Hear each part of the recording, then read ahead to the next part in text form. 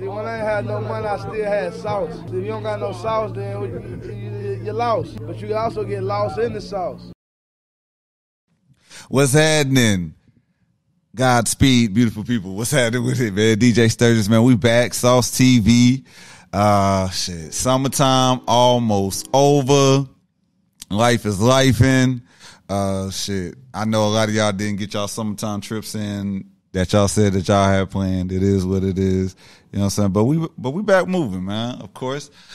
Shit. I've been thinking about a lot of things surrounding the culture and surrounding the Atlanta music scene.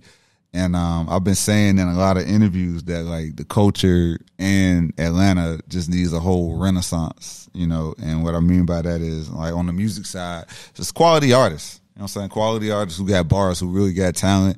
You know what I'm saying? Who not doing the same shit that we always see all the time, and that's always getting pushed to us by the labels. And yeah, I'm going off on a little tangent, but you know, that's what I be dealing with a lot. And this is one artist joining me right here, somebody I've been paying attention to for a minute.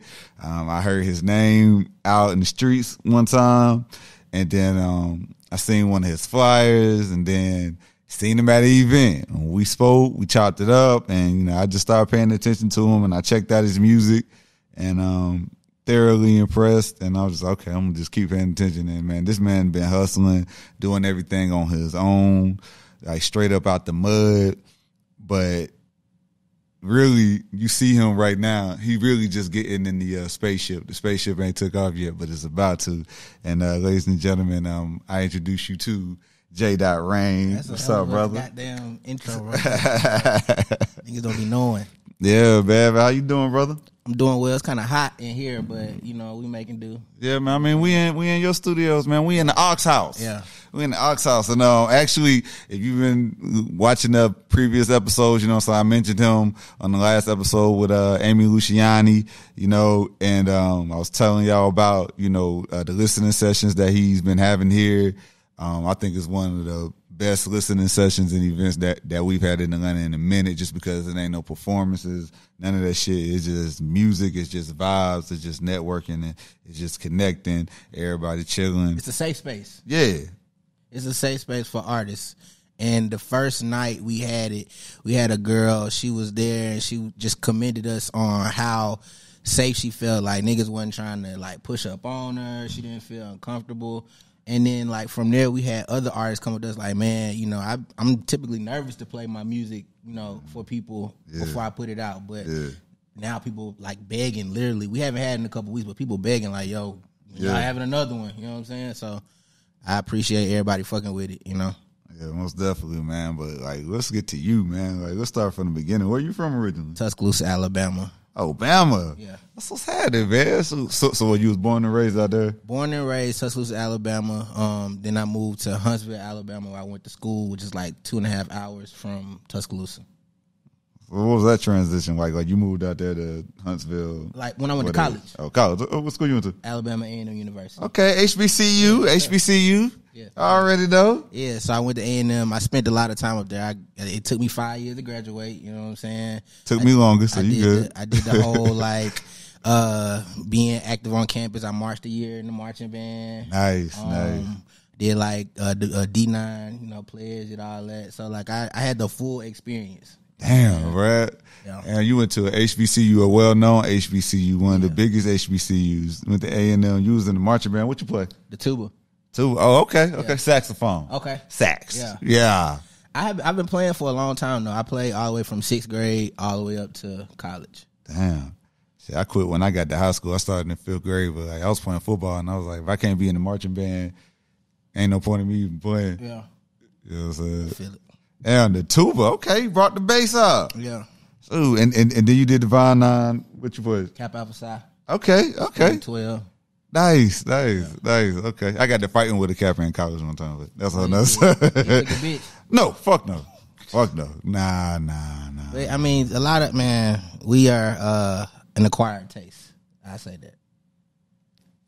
I'm not even all the way immersed into the Greek. Me either. Not so much anymore. You know like vernacular. So when you say acquired taste, I'm like, I don't even know what that means. It ain't for everybody, bro. I got people that fuck with us, and I got people who don't fuck with us. So it's, yeah, man. Like, you know, as far as Greek life goes, man, I think it's just about like which chapter you've encountered. You know what I'm saying? Like, as far as Kappas go, I remember like my earliest introduction to Kappas was when I was in the Kappa League. Me too. When I was in high school. Yeah, Me too.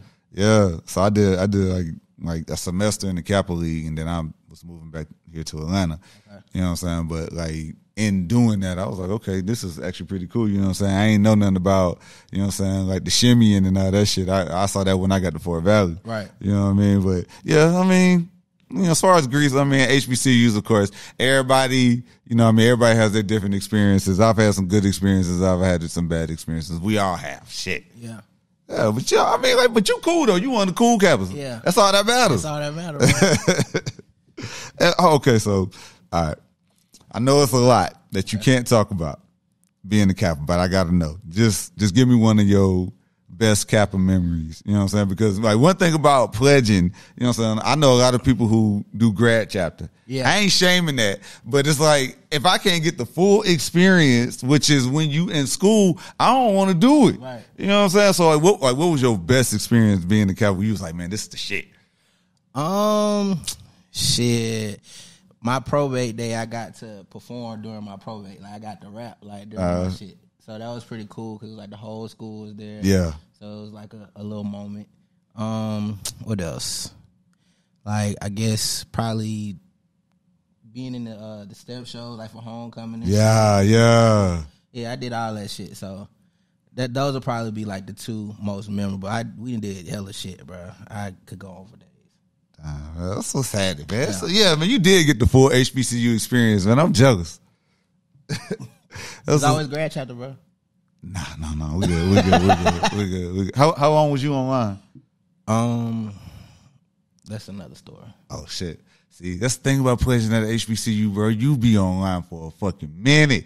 Nigga, I graduated from Clayton State. Niggas was online for a semester. Yeah, I know it's different, but yeah. Everybody process different. You know what I'm saying? So I can't shade nobody for what they went through, but yeah. I did a little bit. Yeah. So what was life like growing up in Alabama? It's cool. Like I'm very much a chill type of guy. Yeah. So I grew up in a single parent household. I'm an only child. So I spent a lot of time just like with my mom, and my family is real small. So like I spent a lot of time by myself. So that's really where the desire to be around people and network and like make lasting relationships came from, because like I love people. Yeah. You know what I'm saying? So like being in Alabama is real chill. My dad, he's a mortician, he owns a funeral home. So it's like everybody know me. Everybody know, oh, you John's son. You know what I'm saying? So wow. I couldn't really get into too much trouble. I used to get pulled over. The police knew who I was, type shit. So it was cool for the most part, but I definitely enjoyed being around like people and like making friends and shit like that. Always out, always hanging. Networking. Yeah, always. The Kappa League was in high school, always doing something. Yeah. So stay busy. So your dad was a mortician. He's a mortician. All right, see, right now, right, owns his own funeral home. Mm-hmm. Did he ever ask you to help him, like when you was coming up? Like, did you have to help with the bodies, with the services? Never. I never helped with the bodies. I actually maybe like 2 years ago, not even a year, 2 years ago, maybe a year ago, he asked me to do a funeral with him. Like it was a graveside, so he didn't really want to ask nobody else. So he asked me to ride with him. I drove the hearse. It was kind of cool. You know what I'm saying?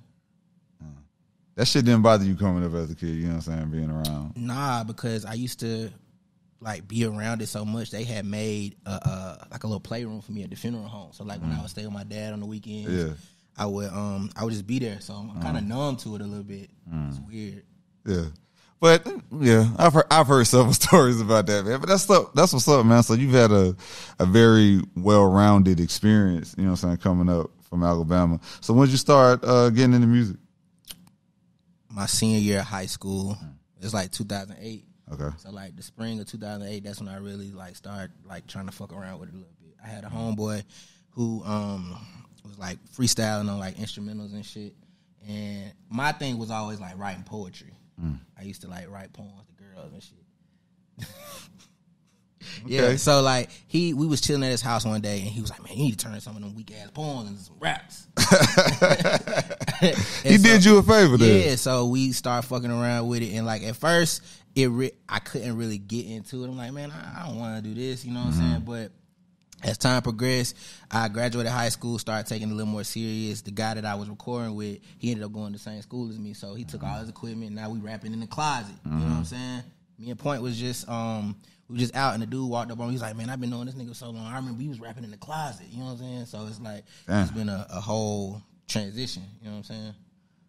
So coming up, what was your experience with hip hop like? Like who was you listening to? Like mainly like East Coast rap, like Hov, Jay-Z's like one of my favorite rappers. Diplomats. I like Cameron, like Lil Wayne, Outkast. I really listen to everything, but it was mainly East Coast. Like you couldn't tell me I wasn't from New York growing up. Okay. For real. I had the Timberlands, I had all that shit. Yeah, so it was Jay-Z. Like name some other East Coast rappers that you was really Like tapping into. Kiss, The Lox. Kiss, yeah. Who else? East Coast. Man, I could go on for days, bro. It was really just the whole Rockefeller for real, bro. Okay. That was all. I wanted the chain. I wanted all that shit. You know what I'm saying? So Yeah, same here. You know, the Rockefeller chain, that's like one of a the... staple. Yeah, for real. That's like number one chain in hip-hop. Right. Oh, and I actually know somebody who has a Rockefeller chain, too. Shout out to my OG, Kenny Burns. Okay. Yeah, Rose Gold KB, Rockefeller chain.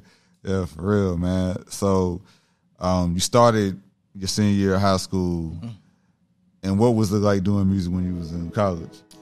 That's when I really got my feet wet, for real, because it's like now you are being exposed to different types of people, different upbringings. You get real honest feedback from people. So my initially when I went to school, my degree was in elementary education because I wanted to teach, like my mom. Yeah, that was my plan B. But then I ended up going into mass communication. And one of my things I had to do was I had to be an intern. I had to go find somewhere, whether it was a news station, whether it was a radio station, and be an intern for like 6 weeks. Yeah. And I ended up interning for the number 5 independent record label according to Billboard at the time. It was out of Huntsville. Okay, what was it? It's Slow Motion Sounds. Okay. So they had a duo by the name of G-Side, 2 guys from country, Athens, Alabama. These niggas was like touring, doing like Pitchfork Festival, like big shit. Yeah. And they had me, I'm carrying their bags, I'm taking pictures, I'm doing all this shit. But that was really when things started taking shape because they were giving me free studio time. I was learning how to record myself. I was learning how to do everything. And that's when I feel like I was like developing that DIY do-it-yourself attitude. You know what I'm saying? Because they did everything by themselves. They distributed their music themselves. They shot their own videos. They weren't waiting on nobody. Yeah. Yeah. So was you intentionally trying to get that internship with the record label, or that just happened?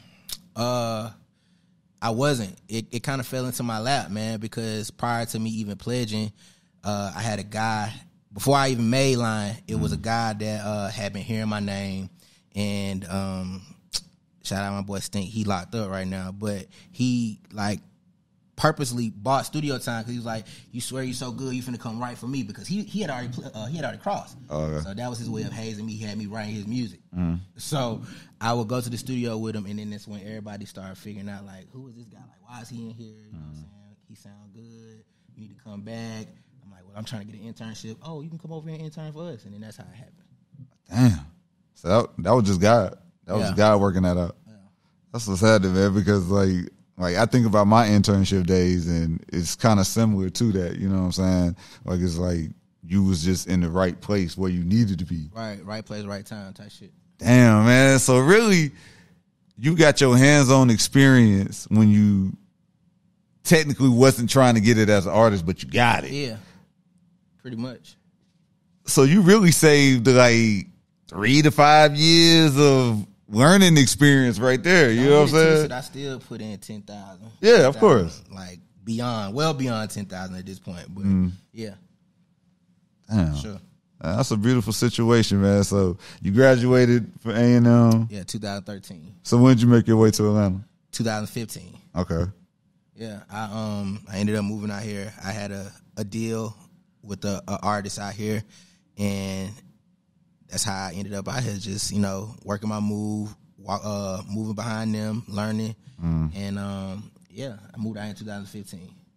So what was that experience like when you first got here and like the plans you had for yourself? It was super exciting because prior to me moving here, this is like when the whole new Atlanta scene was like popping off. You seeing people like Trinidad James. Yeah, shout out to my homie James. Like, it was a lot of shit going on. So I was just excited to be in the fold. You know what I'm saying? Like going to these like events that I was seeing on the blogs and shit like that. That was exciting to me. So being able to get out here, it was like, all right, you here? What you gonna do with it? You know what I'm saying? I said, you take it back to them days, man. 2015, that's early in my career, but I remember being out because I remember the first time I actually got to see 2-9 perform. It was at an open mic situation at Encore that Greg Street used to do, and Mike Will, he had brought everybody from Eardrummers down, and yeah, that's when I met 2-9, and I got to see them perform, and I do remember that time, man, because that's when a lot of the young people that you see in the industry right now and like people that you see in the city like yourself, you know what I'm saying, that's when we all was really getting outside because like for me, that's early in my career. Right. And I remember like trying to find a way because that was also still peak Black Hollywood. You know what I mean? And I'm working at the biggest urban station in the country. It wasn't nothing but Black Hollywood shit going on. You know what I mean? So to just see that evolution, you know what I'm saying, to my 2015, you know what I'm saying? We in 2023, we 8 years later, you know what I'm saying? Sure. You know, and like people are really starting to see the dividends of the work that was put in, you know what I'm saying? And like, just like you mentioned, you know what I'm saying, the 10,000 hours plus.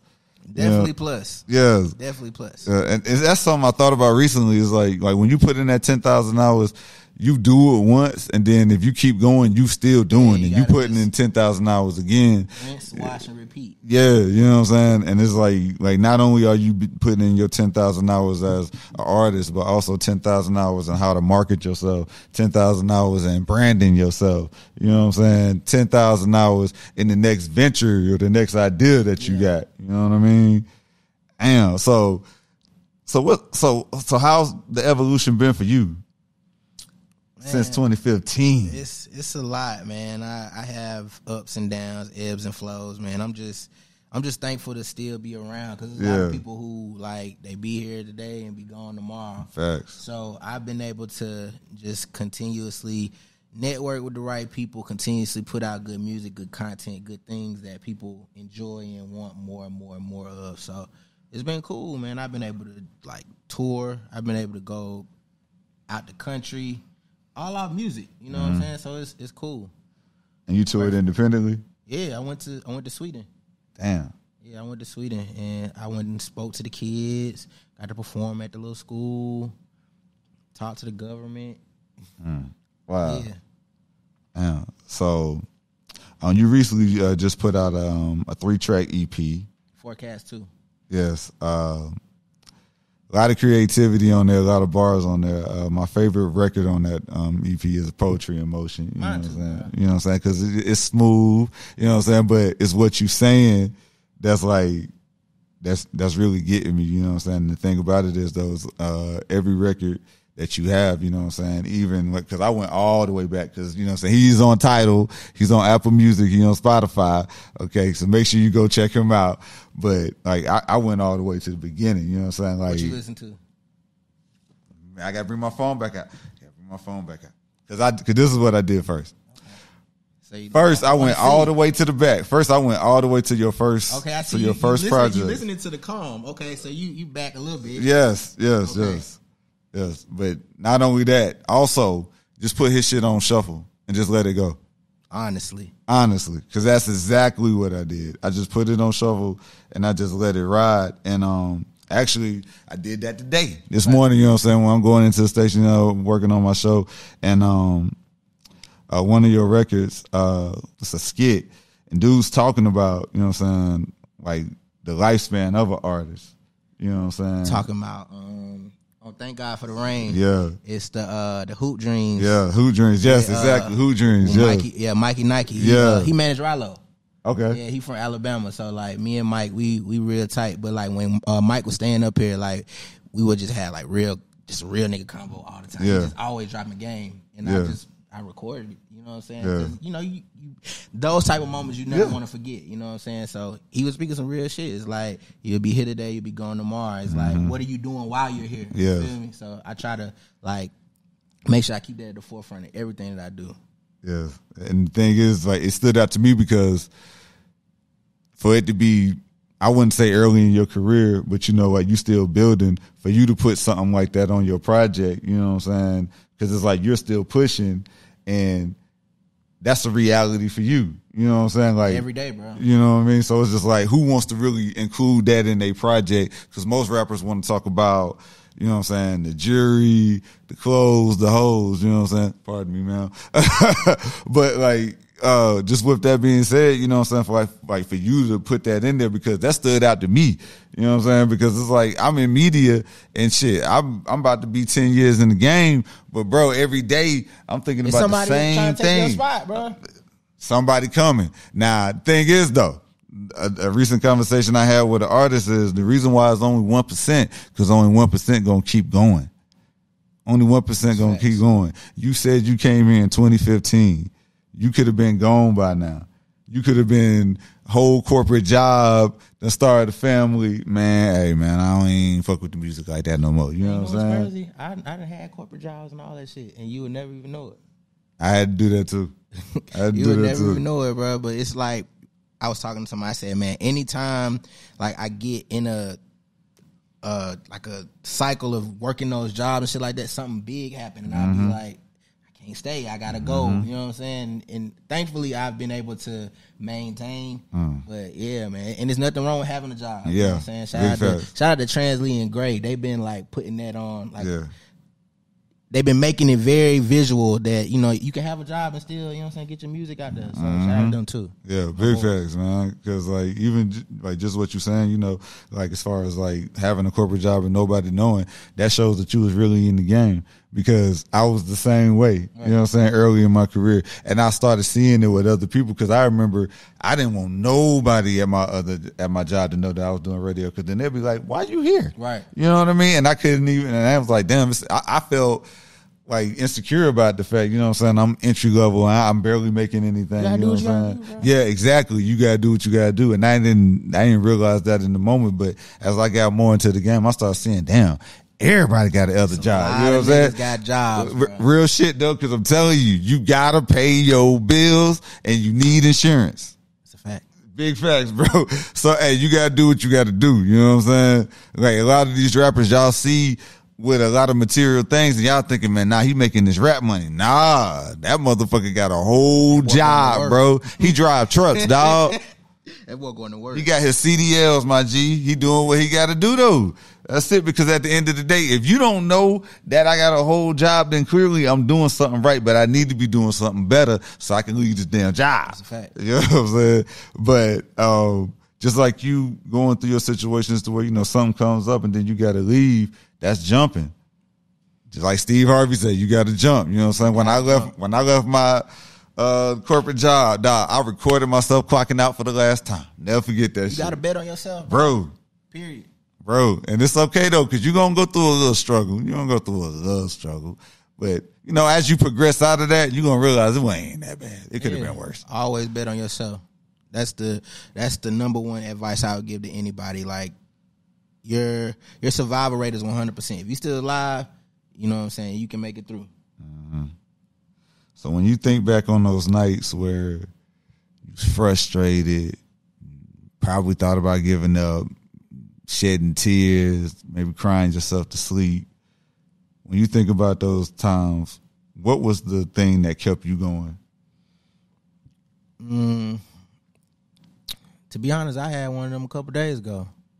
And I think it's just, I hate letting people down. You know what I'm saying? I'm a bit of a people pleaser in that regard, because it's like, it's so many people that text me, DM me like, yo, I fuck with this song, or bruh, this shit got me through. And it's like, damn, y'all fuck with this? Like, I'm on here bearing my soul. I'm telling y'all, you know, how I'm feeling, and y'all fuck with this. So it's like, I can't, you know what I'm saying? I'd be selfish. You know what I'm saying? So it be shit like that, knowing that I got people who really counting on me.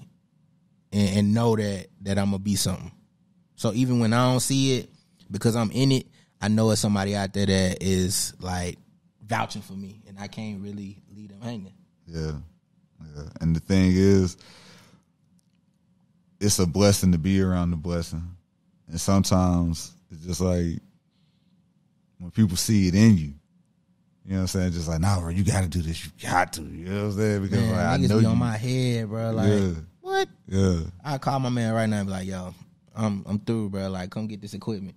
He like, no. Big fan. Make another song, bro. That's a real friend. That's love. So that's love, man. For real. And on one of your records, you said, I can't do it if I can't put my soul in it. Facts. It's important to be honest. It's a lot of lying going on. Facts. That's why we need this renaissance. Deceit going on. So I just try to be honest and like be a stand-up guy and just be a role model for somebody. You know.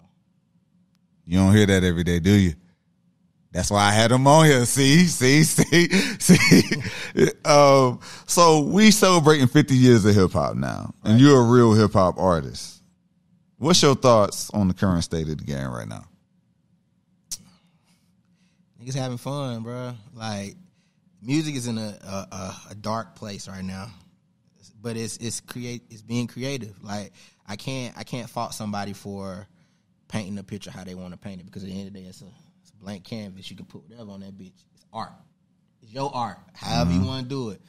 But the TikToks and the virality, like, it's taking it to a weird place. You know what I'm saying? And that's why you need people who like can keep it honest in their music. You got to have a balance. Yeah. You got to have the Sexy Reds, and then you got to have the fucking what's the Rhapsodies. You know that's what I was about to say. It's a balance. Yeah, it's a balance, but it used to be a balance. At least I think it. I feel like you feel like it was more of a balance. It was more of a balance in the past. I don't think it's a balance now. You know what I'm saying? But I don't fault I think there's enough blame to go around. It boils to down, everybody. What it boils down to is like, is your 15 seconds in your music good or not? You got 15 seconds of music that's good or not? Mm-hmm. And if you do, let's put it out there and see what the people think. If the people fuck with it, you might have a semi-good song. If they fuck with it enough, it'll stream well. If it streams well, you got a hit. So it's like a whole chain of things you just need 15 seconds though. Yeah. That's literally it. Yeah. I just feel like the culture just got so stale because it's so much shit that we took our focus off of the music. We took our focus off of quality in all aspects of our culture, you know, and from music to fashion to the people that we allow in. It's crazy the type of people that actually have a platform off of hip hop and off of rap fans. You know what I'm saying? I don't even know little buddy's name, but he always be dropping all the paperwork on people. 1090 J.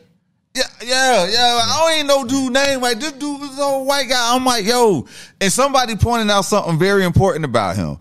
This dude, he posted how much money he made off of exposing so he made everybody. like an M. Yeah, like an M. I ain't knocking the hustle. I'm never knocking the hustle. But somebody pointed out the fact that he made that money off of exposing black people. He ain't exposed the cartel. He ain't exposing the mob. He ain't exposing the Jewish mob, the Asian mob, none of that shit. You know what I'm saying? But it's like, I can't knock his hustle, but why are we as a culture giving somebody like that a platform? Because we the only ones that care about shit like that. Yeah, I think it's like we took the focus off of the most important shit, but I do think a lot of the part of the snitching conversation comes from what hip hop was back in the day. Because, you know, coming up, if there was any type of rumor about you snitching at all in hip hop, it was automatic done for you. You know what I'm saying? Like, for real. So now it's just like those rappers back in the day, they used to always talking about snitching and no snitching and all this other shit like that. And then now we've evolved into the information age where it's like, you know what? Y'all didn't go pull the paperwork. Right. We could try to pull the paperwork, or somebody would just draft up some paperwork. You know what I'm saying? We got AI now. Niggas can just make some fake paperwork on your ass, you know what I'm saying? With handwriting on that shit and goddamn just give it to somebody and try to sell it because they just trying to get money. They trying to go viral or whatever the fuck. Everybody's chasing some type of clout. And it's like, it's no originality no more. The creativity. I literally just tweeted it's about not even there. Bro. I'm going to tell you what I said because it means a lot. Let me see. You actually liked it. I said, I miss when the internet wasn't so serious. Everything wasn't a think piece and everyone wasn't doing dumb shit to go viral. Live life your way. Bruh, back in the MySpace days, dog, niggas was not trying to crash out on no stupid shit back in the MySpace days. The early days of Facebook, where you had to be a college student to be on that bitch. Trust me, no, there was no wild shit going on. Like the honesty box, bruh. And anonymous. Niggas was crashing out anonymously. You know what I'm saying? Like shit these days is just like crazy. And people don't care. They put their face on the camera. They want you to see them. They want you to see them. Don't nobody have shame no more. Ain't no shame no more. You know what I'm saying? And don't nobody want to hustle. Don't nobody want to finesse. They'll straight up beg. Yeah, man, the game is like a real scary place right now. You know what I'm saying? And like that goes back to what I was saying about the Renaissance earlier. I believe that the culture needs a renaissance just because it's like we just need something new. We need Atlanta to feel like Atlanta, you know what I'm saying? You know what I'm saying? We need quality hip hop, and it has been some quality albums that's been dropped recently. Thank God for Killer Mike, because that Michael album was much needed. Yeah, for sure. The best hip hop album dropped this year. Then a week later, Gunna dropped. Then another week later, Thug dropped. You know what I'm saying? The Metro version of that Business is Business is the best one, by the way. I got to go back and re-listen to it. Oh yeah, it's better. Yeah, Metro went on there and tweaked a few things. He did his thing on that, man. Okay. You know what I mean? And like when I speak of Renaissance, I think of artists like yourself just because I remember them days we was all at the department store and we saw the new stars. The stars of today, we saw them at the department store, you know what I'm saying? And this is like, okay, what we gonna do right now? Because the way that this shit going right now, we ain't got nothing. You know what I'm saying? And I always talk about how artists come on here, podcasts in general, and they don't talk about their music. You know what I'm saying? You know, they don't know who produced what. You know what I'm saying? Sometimes like we can't talk about the lyrics, the lyrical content, none of that shit. You know, and it's just to the point to where it's just like, yo, eventually this shit gonna die down. Right. You know what I'm saying? And I make a living off this business. You know what I'm saying? But I also love it, which is why I got into it. You know what I'm saying? Go hard, bro. Yeah. And it's just like, okay, if we need a renaissance, then I have to do my part, you know what I'm saying? And, you know, just lead the way, you know what I'm saying? And that's why I wanted you to be the first artist on here, you know what I'm saying, in regards to that, you know what I'm saying? Because I know what you can do. You know what I'm saying? And again, even if you wasn't an artist, bro, the fact that you did Ox House, you know what I'm saying?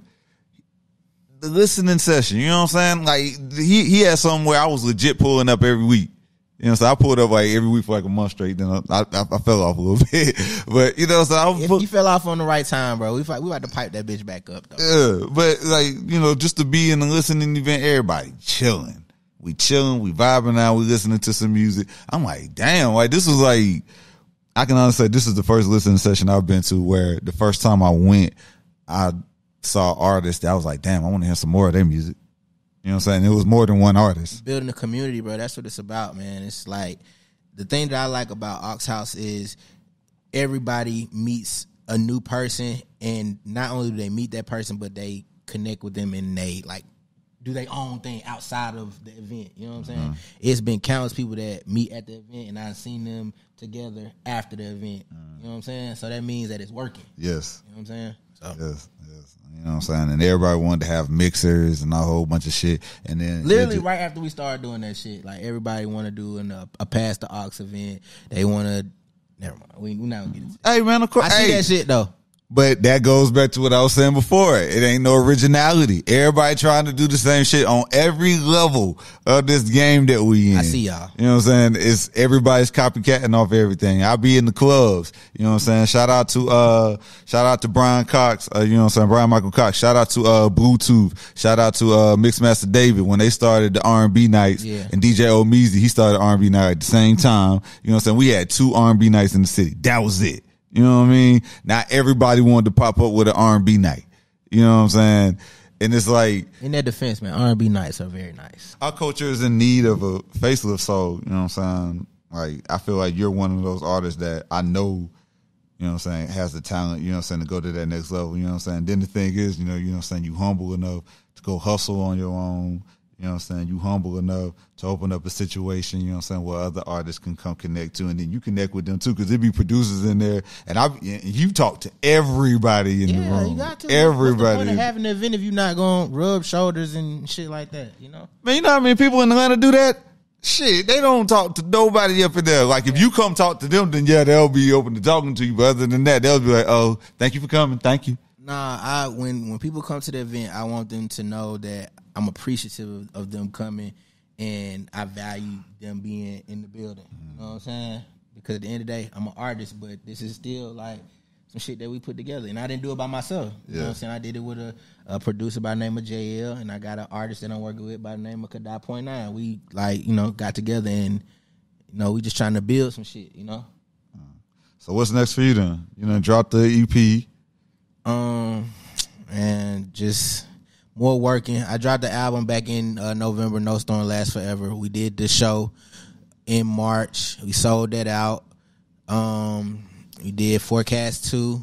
That was an EP. We was working on this EP called Party Pack, which is going to be like polar opposite of Forecast 2. It's going to be like upbeat shit. But then I had a revelation. I was like, man, we're going to stop making counterproductive music, because it's like I'm trying to build a brand. Yeah. I felt like that would be counterproductive to like what we trying to portray. You know what I'm saying? So like, while I can do it, why not like sell those records to other people? So like, I'm gonna focus on doing that type of shit. Business. And another album in the fall.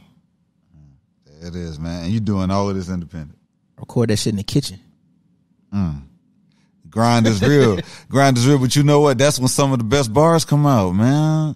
Because like, I've always noticed as a fan, like, when an artist starts getting some money, it changes up. You know what I'm saying? Sometimes for certain artists, you know what I'm saying? Like, and I'm not talking about like what you talking about in your lyrics, because life is changing for you. You know what I'm saying? So I understand that. It's the quality. It's the hunger. Let me tell you something, bro. I didn't touch a few dollars, and I know how I feel to have it, and I know how I feel to lose it. So I feel like that's why I'm a little more like humble with it now. You know what I'm saying? Because I done lost it. You done fucked up some rapper money before? Ooh. Yeah. That'd be the biggest lesson right there, man, because the worst thing you can ask yourself as an adult is, where did that money go? Where it's at? Where is it? That hurt, man. You ain't got nan answer. Nothing to show for it. Well, I got a few things to show for it, but like, at the end of the day, it's like, how can you take that lesson and apply it to your life now? So that's where I'm at with it. So I'm a lot more serious. Ain't got time to play. But shit, man, you steady working, you steady grinding, man. Like, this is one artist I can say, he'll pull up on you by himself, solo dolo, you know what I'm saying, to make the play. You know what I'm saying? Whatever it is, you know what I'm saying? If you willing to give him 5 minutes of your time, he gonna make it worthwhile. You know what I'm saying? And we'll fill up the room, you know what I'm saying, with just nothing but good energy, like, to the point to where even if you haven't heard this music before, you'll want to listen to it. You know what I'm saying? Because he came up to the station, you know what I'm saying, promoting the show by himself. You know what I'm saying? And he was in the newsroom. I turn around, I see him through the glass. He talking to the news lady. You know what I'm saying? And then, like, you know, some days later, she asked me, she was like, hey, what's that guy? Yeah, can you pull his music up? I want to check it out. Yeah. You know what I'm saying? You know, and like the show he pulled up to promote, you know what I'm saying? He wasn't even getting on the air. You know what I'm saying? He just came to give some tickets to me, Greg Street. Sold out show. It's about stringing moments together, you know what I'm saying? Because even if I don't get on the radio, let me take a picture real quick. You know what I'm saying? Just enough to put this out so that people can see it. And I think I might have sold 3 or 4 tickets just off being like, oh, this nigga was at the radio station. Oh, I gotta fuck with you now. You know what I'm saying? So it be small shit like that people miss. They miss those opportunities trying to go for the big shit. And you recently did something with your mom, right? With my mom. I had seen the post. I didn't know if you had dedicated the project to your mom. Probably so. I'm always doing something. It was some. It was. Shout out to my mom, bro. it was something, but you know, you don't see that early in the artist career. You know what I'm saying? It's when just they me and grind. her, so like I'm everything I do for her. So I probably did. Nah, man. That's good work. That's good shit, man. It's good to see, you know what I'm saying? And again, like, I want to see you go to that next level, you know what I'm saying? Because if you can make me run your shit back 3-4 times, that means I've officially fell in love with your record. You know what I'm saying? And that's what Poetry in Motion did for me. I'm legit at the dealership waiting for my car to get serviced and shit. I'm just sitting there sipping on some Smoothie King, goddamn, running through his records, got on Poetry in Motion, ran that shit back. I ran that shit back. Then me, see, I'm the type of nigga, like, if I do that, then I'm not gonna finish the project. Right. So I have to stop myself. So I stop myself, finish the project, cool. Okay. Then, you know, after you get your car back, you know what I'm saying, you got the fresh car wash and shit. You know what I'm saying? Then you like, all right, I gotta have something to ride to. And then I had to run that shit back again. You know what I'm saying? You know, because that's what it is. Like, you know, like if the music speaks to you, and it spoke to me, Poetry in Motion spoke to me, you know, and a lot of what you talk about in your records, you know what I'm saying? Because that's the journey that I've walked, you know what I'm saying? And I'm still walking, you know what I'm saying? Not as an artist, you know what I'm saying? But, you know, just being a creative, but not only that, just being a dreamer. You know what I'm saying? Being a young black man, being a dreamer, you know what I'm saying? Same background as you, went to college, you know what I'm saying? You know, had a good childhood, went to college, you know what I'm saying? You know, went to a HBCU, you know what I'm saying? Was in the band, you know what I'm saying? Was into different shit, you know what I'm saying? But also loved what we love, you know what I'm saying? You know, and want to create, you know? You writing poetry. You start off writing poetry. Now it's Poetry in Motion. Boom. Moving. Boom. What you mean? What you mean? You say I just did that? Moving. For sure. That's also, like, back when you was writing poetry for girls in high school, was it helping? Was it working? Yeah, of course. Word? Yeah. Shit. But now it's sauce driven this. Sauce driven. So you got the girls that you wanted off the poetry. That's fine. Yeah. Yeah, all right, see, that's all that matters, though, you know what I'm saying? Because it's a lot of girls in school, but when you get the woman that you want, you know what I'm saying? Like, hey, like, it could be 4 or 5 of them, but you know the one that you really want. You know what's crazy? I never shot at girls at my school. Okay.